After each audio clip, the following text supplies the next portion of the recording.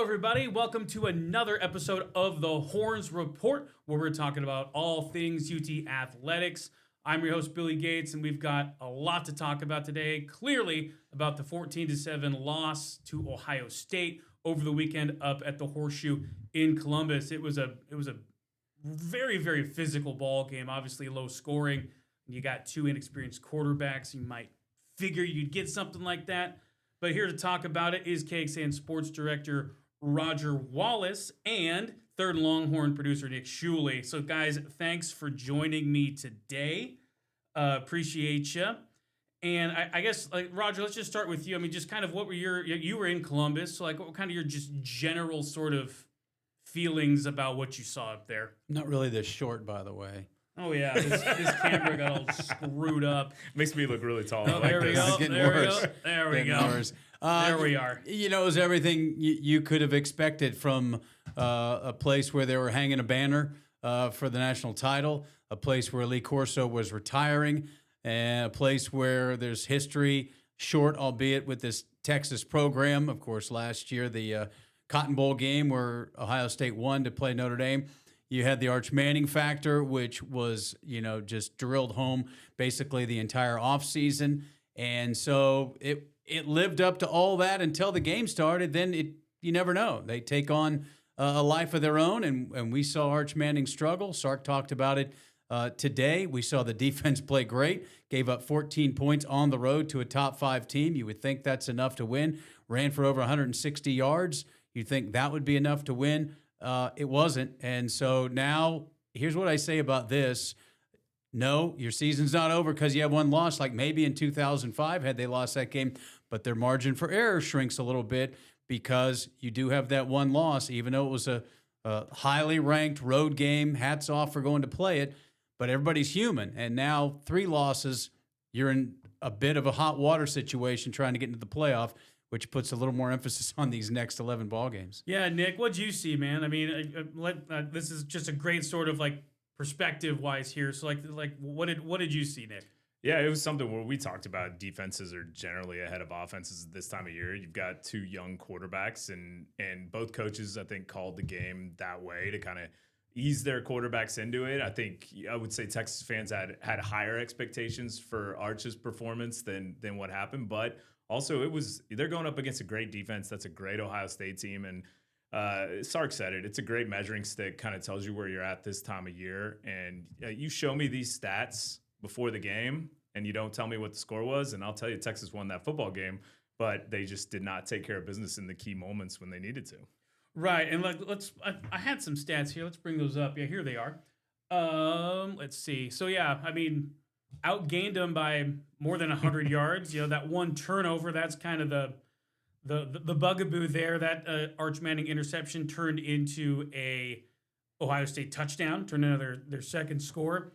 Excuse me. The penalties also, like, let's come back to everybody here. Talk about those penalties. 2 of those penalties came on that first touchdown drive. Colin Simmons gets hit with a hands to the face penalty that turns a 4th down into a new set of downs. And then I believe it was a Manny Muhammad holding penalty, just advances the ball down the field for Ohio State. They're able to punch that in for their first touchdown of the game there in the first half. I mean, Roger, 6 penalties for 50 yards typically isn't all that bad, but in this case, it was just the timing that was the worst part. It's when they happen and what's the situation. And you mentioned it, too, on the drive, the Muhammad penalty, that forces a 3rd and long. It was 2nd down, so all of a sudden a 3rd and long, and obviously Simmons are off the field if that doesn't happen. Then you go back to the hands to the face, would have been a safety. Now, it's kind of hard on that play because there was a holding penalty in the end zone. Well, that was after the hands to the face. So you could argue they held Colin Simmons after he dislodged the helmet from their offensive lineman. But regardless, penalties and when they happen are huge, especially in a close ball game. The turnover was huge. Arch said he got a little greedy on that play, not forcing a turnover. This is a team that was number 2 in the country last year in forcing turnovers, also no sacks. So the defense, they were great giving up just over 200 yards, but they didn't make that play in a game like this that really could have shifted the game. Yeah, let's go back to these here real quick. Yeah, Arch Manning, 17 of 30, 170 yards, a touchdown, and that pick. We could talk about him for a long time, which we will here in a second. And then Quintravion Wisner, the only running back who's returning the SEC with more than 1,000 rushing yards last year. He had 16 carries for 80 yards. Before we get to Arch, because we could spend pretty much this entire show on Arch, let's talk about this running game. It looked really, really good, guys. I mean, they ran for 166 yards on 37 carries. When you're averaging 4.5 yards a pop, that's a pretty good average to have, and that's kind of the sort of what the standard is for this Texas run offense. So, I mean, Roger, I mean, if Texas is able to get their passing game more efficient, like what Sarkisian was saying earlier today on Monday, I mean, this is a dangerous offense. Yeah, and I'll defer to you also, Nick, but the running game, everything, there's always more information to the numbers, and I think the thing Sark points out is, yeah, they had 166 yards, but they didn't bust any big ones. They didn't get any, real explosive plays in the run game. So if you get 166 and 70 are on carry, okay, you're going, okay, the rest of the carries they struggled, but they got 70 on one carry. And Nick, this offense needed an explosive play in the ball game, and they just weren't really there on Saturday. Yeah, overall it was a game that lacked a lot of explosive plays. I mean, there weren't a lot of deep balls, there weren't a lot of big runs, but I do think there's a lot of negative you can take away from this game, but there's also a lot of positive, and I think that run game is positive. Seeing CJ Baxter back, getting as many touches as he did, and being able to take those hits, I think that was big. And Trey Wisner, man, he just keeps getting better and better. I mean, coming out of that second half, I really liked that we started really getting him the ball more, and it really paid off. So I think the running game is a positive, but you're right, we're still lacking that explosive play, and it's funny because I checked back to my notes from last year, and my notes after the first couple games were, minimize penalties and maximize red zone opportunities. Right. And so we kind of the same thing at the start of this season. Yeah, and like speaking of red zone opportunities, there is that sort of kind of thorn in Sarkisian's side again against Ohio State. Get the ball down to the 1 yard line. Granted, they only had one try instead of 4 this time. Couldn't punch it in on a sneak, and so they've got to clean up that portion of their game. They also had another red zone possession in the second half. They had the ball on, I believe, the 9 yard line. Couldn't get it in. A couple of Arch misfires there on that drive. So it's certainly, as Sark always says, it's not a finished product right now. It won't be a finished product until they're raising some kind of trophy at the end of the season. So it was an interesting first game considering everything. So go ahead, Roger. Well, you can look at every moment, Nick. I'll go to the fourth down play. Well, what happened on third down? CJ Baxter looks like he's stuffed at the line of scrimmage. Then he finds about 2.5 yards on second and third effort to get down inside the one. Okay, you have to go for it. What if he gets stopped at the 3.5 yard line? Then does Sark say, okay, I got to get points on the board. So do I go ahead, kick the field goal? Then it's a 7-3 ball game. So again, you can always go deeper into what happened, and his great effort made it where you can't not go for it on fourth. And I don't know if it was 12 inches. Yeah, I kind of thought the same thing. I was like, man, I think those extra yards kind of gave us a false sense of confidence of like, look, we can run over these guys, and I think that kind of led to what that play call was. And I don't necessarily think it was the wrong call. Did we hit the wrong spot on that? Yeah, we did. But I still think that I do agree with you though. I think if he goes down at the 4, it's probably a different. You might have finally seen Mason Shipley come on the field. Yeah, it's just like the old cliche goes. It's a game of inches, right, guys? So let's talk. Now we're going to transition to everyone's favorite player to talk about, Arch Manning. Steve Sarkisian had some pretty thoughtful, poignant comments about Arch in Monday's press conference. Here's a bit of it right here. So here, take a listen. It's learning from the game, and I think one thing that happened a little bit to Arch is the game can mount on you a little bit, and you feel like, oh man, we're not scoring, or I missed a read, or I missed a throw. When in reality, you look at the scoreboard, it's still 0-0. and then the game can mount and you feel like you got to make a play, but you look at the scoreboard, it's 7-0, right? This game was a very tight game. I don't think he needed to press, and I think he'll learn that as we go.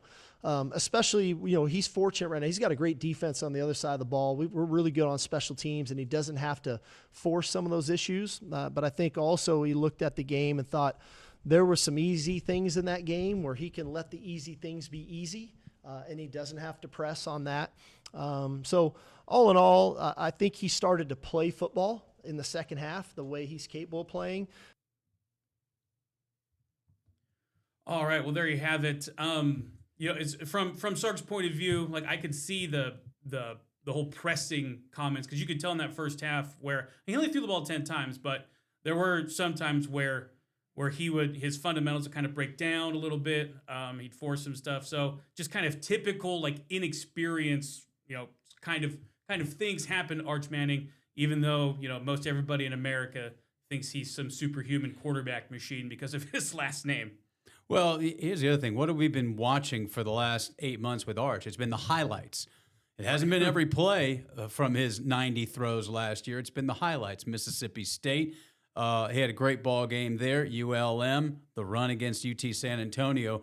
But again, now we saw him go through in the whole game on the road for the first time, and you're going to make some mistakes and you're going to take some lumps. And Nick, even though he's in his third year, I don't think enough has been said about first road start in that environment. I mean, the kid is only human, right? Imagine what he was feeling running out there, knowing about the attention he's received for the last several months. Yeah, it's a lot different when it's your team, and you don't have somebody else coming in to replace you eventually. And I think especially starting at that stadium in that environment and in that moment, it's a big deal. And I think people have kind of underplayed that a little bit, because I do think that's a big change from playing ULM at home and Mississippi State at home and these types of games. So I think as far as the pressure goes, you saw him finally start to settle in towards the end there in the fourth quarter, and I think we started to see who we thought we would see. But I do think that he just needs a little time, and it's going to take some of that. And the good thing is this part of the schedule matches up nicely for getting him comfortable and starting to figure things out. There's no gimmies on this schedule, but I think these will be good games for him to start to figure out who he is and how he responds to these type of situations. Well, yeah, and like I've talked with all kinds of people, throughout the offseason, and they always ask me like, oh, what do you think of Arch? What do you think of, what do you think of how he's going to play? It's like, well, I mean, he's started against two teams that aren't very good. Like, let's be honest, with all due respect to, ULM and Mississippi State, like they were not good last season, and he played in spots last season where they needed him to play, but you never really saw him put a whole game together against somebody like a Georgia or a Florida or anybody else. So I always tell people, it's like, you've got to give this kid some grace. Like, even if his last name is Manning, if his last name was Jackson, he'd just be some dude, right? I mean, it's just one of those things where you got to give the kid time to learn. He's going to struggle a little bit, and just don't go full Emmanuel Acho on somebody and just tear him apart in some breakdown. Like, I don't know if any of you guys saw that one, but the former UT player Emmanuel Acho, he had some things to say about Arch. But well, those guys don't do that to be right. Middle of the road opinions. Yeah, no kidding, right? Let's be honest. It's clicks. It's got to be, pendulum's got to swing one way or the other. Now, I will say, Nick, that I think the Manning last name and people he can lean on will help him in things, because there's nothing that he's going to go through that either of his uncles and his grandfather haven't already gone through. So in that respect, I think that can help as much with the bad times. And his dad talked about it in the offseason, Cooper. He said, yeah, wait till he makes a few mistakes, and then, the narrative shifts real quickly. Well, he's pretty well equipped with his group of family to kind of handle this situation, I think. Yeah, we talked about that a little on our pre-show of what a great bunch of resources for this kid to have, because you're, like you said, Roger, there's no moment that they haven't seen within that family. And so I'm sure the text went out that just probably, because I doubt they're volunteering the information unless it's asked for, and I guarantee you the text, because Arch is a gamer and Arch wants to get better, I guarantee it was like, let me have it, send me some feedback, and I guarantee you those text chains were lit up. And so let's talk about Arch getting better, because he got better throughout the game. I think he only had like 26 passing yards in the first half, so clearly not the best. but comes out in the second half. Him and Sarkisian and the rest of the coaching staff, they have kind of a heart-to-heart discussion there at halftime. What Steve was telling us today at the press conference, trying to figure out how to read coverages better, to just kind of calm down. And he comes out in the second half, throws for 120-ish yards, throws a touchdown to Livingstone, hits Endries on a wheel route that was perfectly thrown. So it's one of those things where like you saw sort of like the wide-eyed Manning there in the first half, and then he starts to settle in and really starts to show everybody kind of who we thought he was going to be. Yeah, and it was definitely. I would say, and Sark mentioned it as well. It was a condensed game, right? Like Ohio State was definitely trying to take the air out of the ball and make the game shorter and not let Texas, kind of do their thing. And so I think the actual body of work that we got to see from Arch was not a lot, right? And so I think we're going to start to see a lot in these next few games, and I'm excited for him to get a chance to settle in, to get to play at home, to get to figure out some of these scenarios and situations, and eventually, hopefully, get us ready for our next big road game at Florida. There was a time in the game, I can't remember exactly when it was, where Arch had not thrown an incompletion on third, but he was 0 for 5 or 0 for 6 on first down, and we always talk about third down. Well, third down conversions go up when you're successful on first down and second down, and all of a sudden it's not 3rd and 9 where you might complete a ball for 4 yards, but you're still having to punt it. And so I think that's another key factor is what Texas does on first and second down to make life a little bit easier. As Sark said today, let's not get to third down, and then you have to worry about that conversion rate. And then you're really behind the 8 ball when you're at fourth down, and they went for it 5 times. Now, twice was on that first drive, got it the first attempt, and then didn't get it on the second attempt. So first down is such a big down, and that's where, your running game, if you're averaging 4 yards a carry, but sometimes you like 6 or 7 on that first down play to open up the playbook a little bit. Yeah, and since we're on the subject of Arch, let's move to his receivers here. Obviously, we've mentioned Jack Endries, the tight end transfer from Cal. 4 catches for 50 yards, including that big 30-yarder to set Texas up for that final drive to potentially tie the game, but then that drive ends up fizzling out on fourth down. Parker Livingstone, we heard about him all through training camp. Sarkisian was just enamored with him throughout training camp. We saw what he could do. He caught the touchdown pass, a great throw by Manning, and a great catch there in the end zone in tight coverage. I mean, Roger, from a wide receiver standpoint, not a ton of guys played, but from what you saw, I mean, it had to be pretty encouraging for the guys that played. Livingstone, he was good. He had a chance on that other fourth down, but it would have been a spectacular catch. But, he won a good battle with the same corner that had the pick in Jermaine Matthews. The only freshman receiver, we heard a lot about him, but Dalen McCutcheon, and Sark said today, because he's the one that we trust, and he made a third down. It was short, but he made the play. But I think Endries is going to have a 60, 70 catch season. We just saw the way they can use him in different ways, and he caught the ball down the sideline, but he also caught that little screen, and he turned up and turned into a big play. It's one of those things where Arch has got to help his receivers sometimes, and sometimes they have to make catches where maybe the ball's not on the money, and I think we saw that both with DeAndre Moore and Ryan Wingo, where they were put in some tough spots. Mm-hmm. Didn't make the catch, did make the catch, but again, it's funny. We're breaking all this down from one game, and so we're breaking down individual moments. It'll be nice when we have a little bit bigger body of work, and we don't have to get into the minutia of every play. And clearly, there weren't enough offensive plays when you only score 7 points. Yeah, and I think a lot of that, what we saw from the receivers, which was not a lot, is because of what Matt Patricia did and the way he schemed things up. And we had on our postgame show, Adrian Phillips was on there former Texas Longhorn, talking about Matt Patricia and what he runs. And he's comfortable with you getting those little running back passes, with you getting dink and dunks. He's not gonna let you gash him, but he'll let you beat him with a ton of small passes and staying patient. And that's tough in an environment like that. And I think that's kind of what he was counting on, was Arch, speeding up Arch and making him feel like he needs to push things downfield. And I think they did a great job, and a lot of credit should go to Matt Patricia and Ohio State staff. Yeah, and he I think he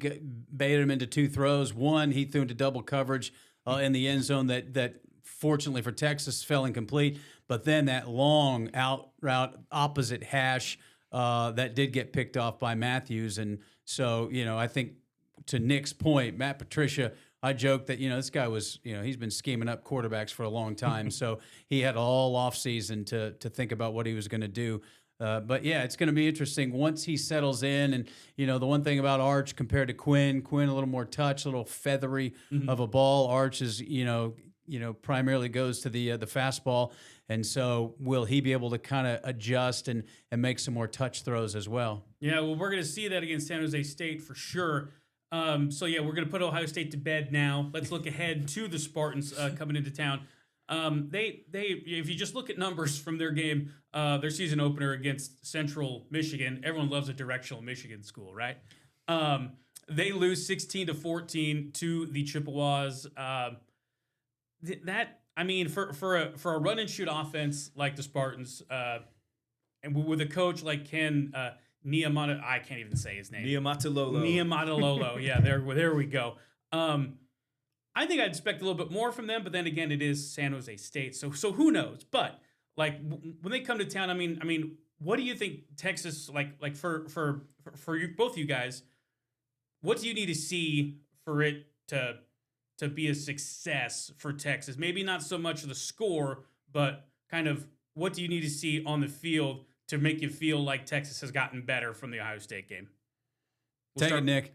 Take it, Nick. Let's go, Nick. I mean, look, I think Texas needs to go into this game focused and to do what they do, not try to push it downfield too much, not try to. You're better than this team, and that can sometimes cause some issues with taking some chances that you normally wouldn't take. I think we need to come out and establish the run game. If you watch that game against Central Michigan gashed them. Nuri Biggins had 18 carries for 103 yards, and Trey Cornish had 13 carries for 99 yards. So they were.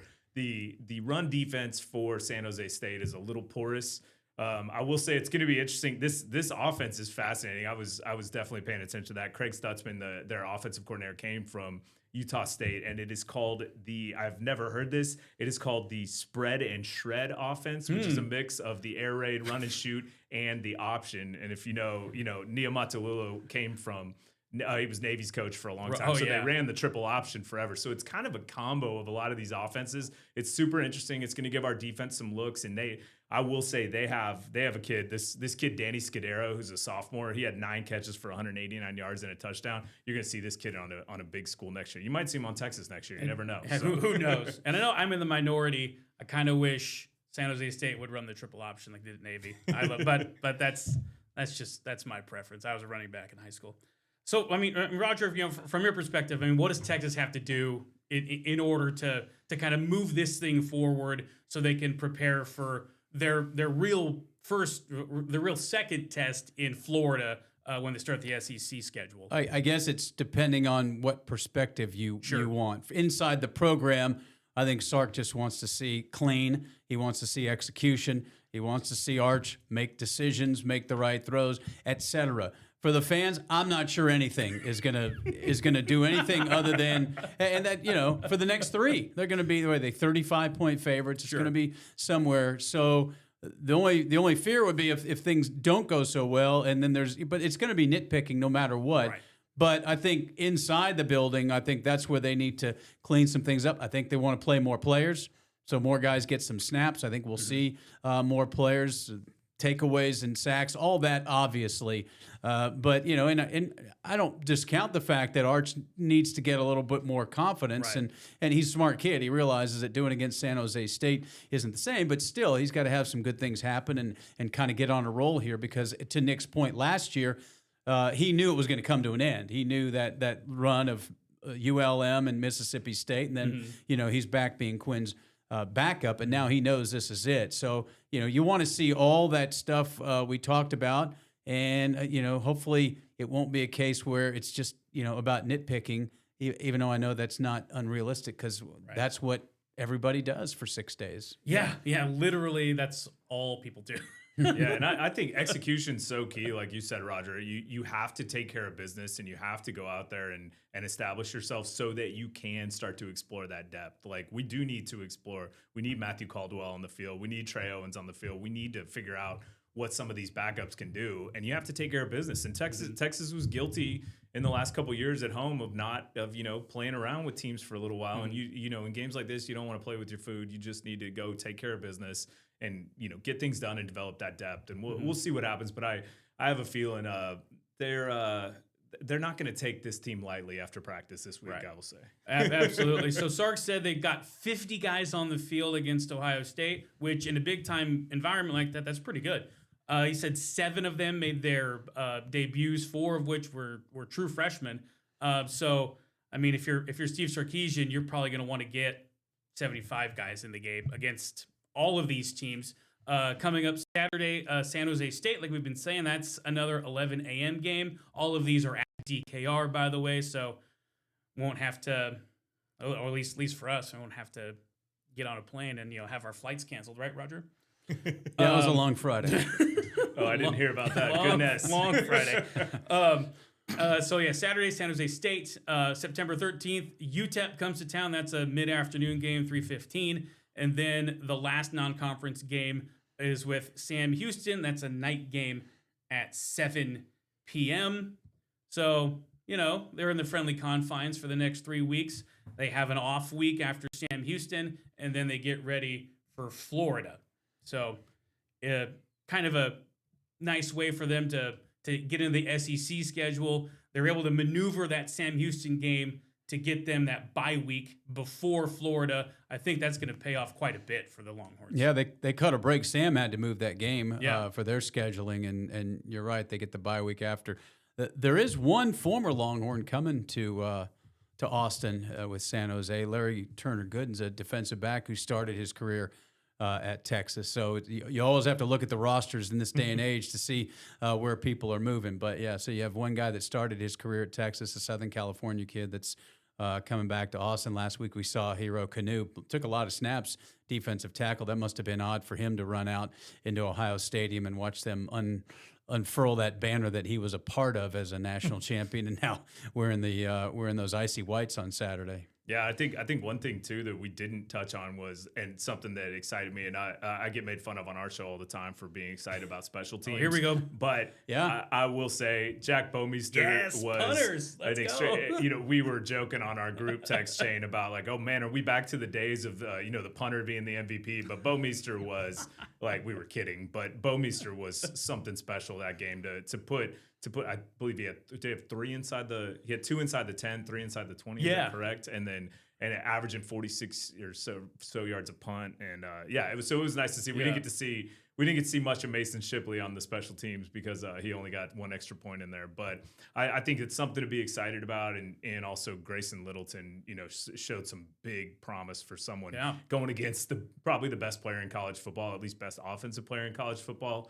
And making some big plays. So there's some really good stuff coming from that game. I think there's a lot to be excited about if you're a Longhorn fan. The sky is not falling. Like I tell people, it was game 1 and it was one game, so it's okay. Yeah. And it's funny, season. I think perception's a lot different if they lose at 27-20. Sure. But because it was 14-7 and the offense obviously had their struggles, I think that's where people are kind of, really frustrated. And Sark admitted he was frustrated as well because he thought they moved the ball enough at times to score more points. And that's what happens when you fail in the red zone and go for it on 4th down in the red zone. You don't get it and you come away empty. Yeah. So, it's going to be, we had this summer of all the hype, all the anticipation, everybody talking about Texas. And now we're going to have a month here where it's going to be likely pretty quiet nationally about this Texas program. And just kind of putting a bow on Nick's comments earlier about Jack Bomeister, averaged 46.2 yards per punt, the long of 52, 3 inside the 20, and 2 of 50 or more yards. It is kind of going back to having Michael Dixon back there just bombing stuff, right? The old Texas Bowl MVP. Yeah, we all remember that game. If you want the matchup no one's talking about, San Jose State's punter Trent Carrizosa had 5 punts for 250 yards, so he averaged 50 yards a punt. So it's going to be a big battle of punt. Hopefully, we don't get to see Bomeister this game, and we get to see a lot a Trent. We're talking about get to see Trent just hitting missiles at people. Yeah, if we're talking about Bomeister against San Jose State, it's gonna be a long season. We'll cut this thing short. All right, before we go, since this is a show about UT athletics, I want to mention the volleyball team starting their season 2-0, sweeping both their matches at the Opening Spike Classic up in Madison, Wisconsin. They beat number 12 Creighton 3-0, and they beat number, I believe, 8 Wisconsin, the hosts, 3-0. I mean, guys, we talked kind of off camera here about the volleyball program, and we've seen them, obviously bring home national titles and everything like that. Kind of seems like Jared Elliott's got another good team brewing. Yeah, I mean that's what we expect, and I was impressed, especially Sunday in front of that crowd to do what they did, facing 2 or 3 set points in the first set, and then going on to win. And I know you like Spears, but Abby Vanderwall from Elmhurst, Illinois, which must have been cool for her family, only a couple hours up to Madison. She was special as well. And how about this Sunday, guys, at Moody, sold out when they play their home opener against Stanford. That should be quite a spectacle. Yeah, it's going to be an exciting year. I mean, Jared Elliott just reloads in that program, and like you mentioned, Roger, I was a big fan of Kari Spears, and I think she's going to be something special. She was ruining some dreams that day. I'll say that. Like you can watch some of those highlights. Good. Whenever you can ruin someone's dreams on the court, like that's a pretty good. Bad as it gets. I would have quit volleyball after some of those. Yeah, I mean, hey, if you can get someone to stop, like that's a day. Alrighty, well, speaking of stopping, we're going to leave this episode of the Horns Report here. So thanks so much for watching. We really appreciate it. For Nick Shuley and Roger Wallace, I'm Billy Gates, and we'll talk to you again very soon.